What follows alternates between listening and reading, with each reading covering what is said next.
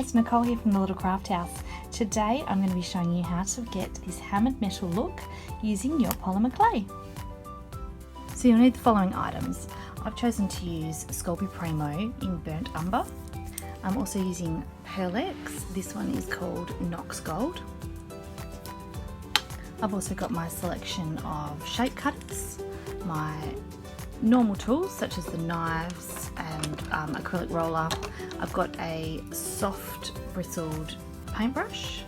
This one's nice and soft. And I'm also using this tool here. It was a Sculpey branded one. It comes with a few different attachments. I use this big ball on the end. However, any texture tool that's got a decent size tip on it can be used. I've also got some gloss glaze here. This is just an optional for afterwards. You don't have to use it, but I do use it when I make this particular pair of earrings. For this project, I'm going to use half a block of the polymer clay. This will give me enough for one pair of earrings plus some extras. So I'm going to start by getting it nice and conditioned and soft first.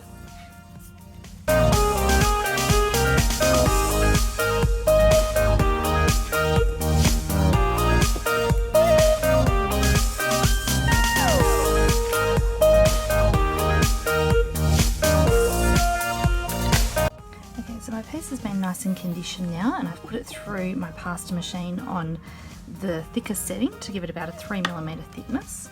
I'm just rolling over it with my acrylic roller just to smooth out any little imperfections that it may have on the top.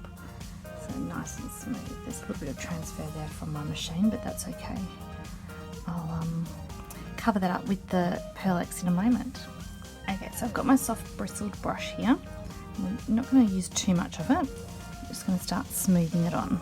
Now I've got my air conditioner on today, so it's kind of blowing it a little bit. It's okay.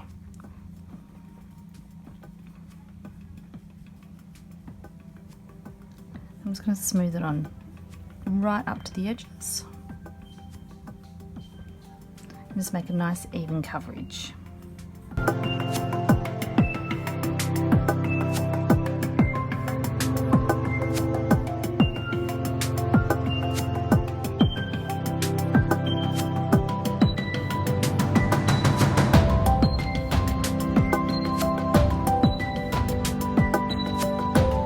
So now comes the hammering part. This is where we're going to use the texturing tool. This one, yeah, is really good because it's got a nice big bowl head on it. But you can choose whichever style you like. You can use different shapes, but I like this bowl one best. And then we're just going to push it in to create our indents and texture. You can do this randomly or in a pattern.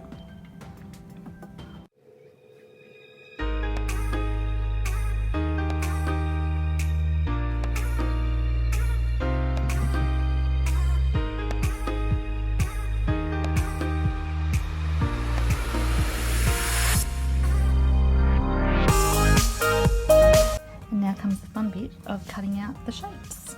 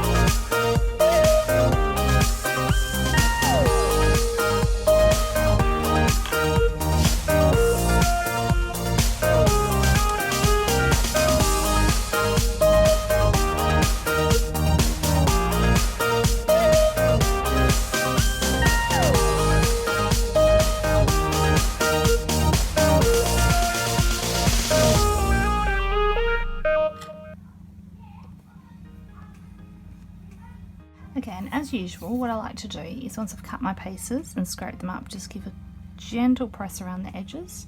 This just reduces the amount of sanding that you'll need to do later. Just helps to smooth it out.